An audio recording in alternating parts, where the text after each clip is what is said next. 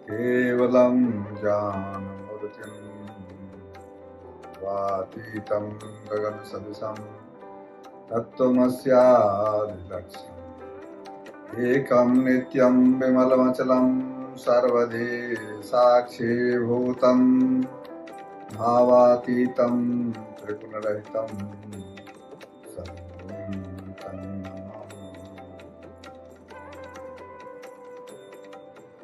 आज हम लोग नवधा भक्ति के बारे में जानेंगे। नारद पुराण के अनुसार 9 तरह की भक्ति का वर्णन किया है। श्रवणम कीर्तनम विष्णु स्मरणम पाद सेवनम अर्चनम वंदनम दास्यम सख्यम आत्मनिवेदनम। सबसे पहली भक्ति है श्रवण। जिसको पुस्तक का ज्ञान नहीं हो, अक्षर का ज्ञान नहीं हो, वह भगवान के गुणानुवाद को यदि मन और चित्त को शांत करके सुनता है तो सुनने मात्र से भगवत प्राप्ति हो सकती है। दूसरी भक्ति है कीर्तन। जैसे चैतन्य महाप्रभु कीर्तन करते करते भगवान में लीन हो गए। कीर्तन भक्ति ढोल, मृदंग, झाल, करतार इत्यादि के द्वारा मन को एकाग्र करने का सहज उपाय है। उसमें निरक्षर व्यक्ति भी कीर्तन करके परमात्मा को प्राप्त कर सकता है। तीसरी भक्ति है स्मरण। संध्या, तीनों संध्या, सुबह, दोपहर और रात्रि की वेला में अगर 10 मिनट भी परमात्मा को याद किया जाए तो स्मरण पूर्ण होता है। स्मरण करते करते हर हमेशा 24 घंटा अनवरत भगवत भजन ही मन में चलता रहता है। तो स्मरण भक्ति से भी कल्याण है, उससे भी भगवत प्राप्ति हो सकती है। चौथी भक्ति है पाद सेवन। इसमें सत्पुरुष, गुरु और भगवान का मूर्ति हो, तैलचित्र हो, सभी में यदि मस्तक को स्पर्श किया जाता है या पैर को साफ करके जल से अभिषिक्त कर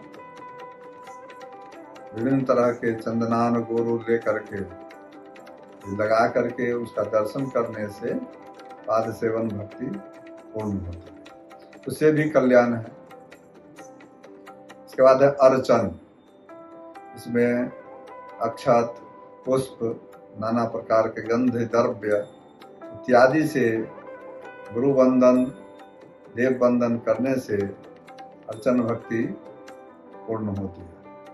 इसके बाद है वंदन।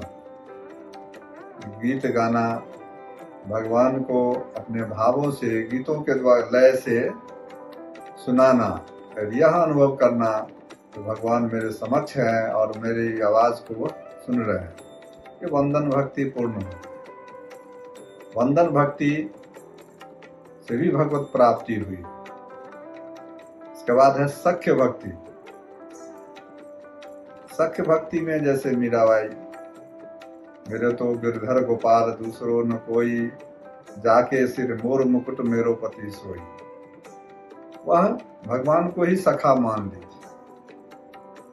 सखा मानते मानते भगवान को आना पड़ा और मीराबाई के साथ वह नाचे भी।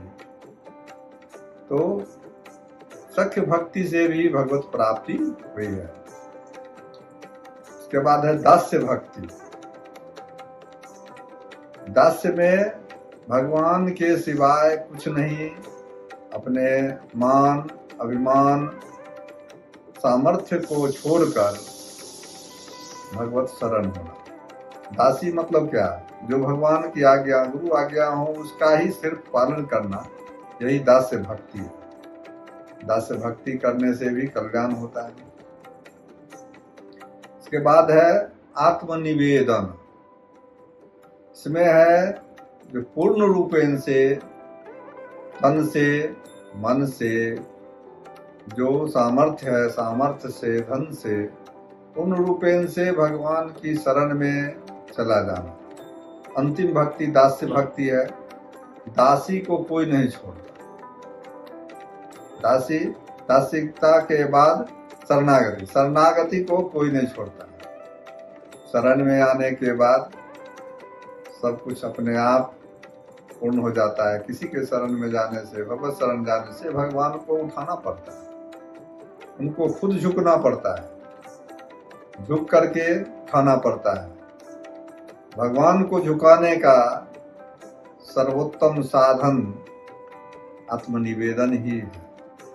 आत्मनिवेदन के बाद छोड़ने का कोई अवसर ही नहीं है। जहाँ हम आत्मनिवेदन करते हैं वहाँ छूट नहीं सकता है। यह 9 भक्तियों में एक भी भक्ति यदि प्राप्ति हो जाए तो भगवत प्राप्ति निश्चित है। हरि ओम।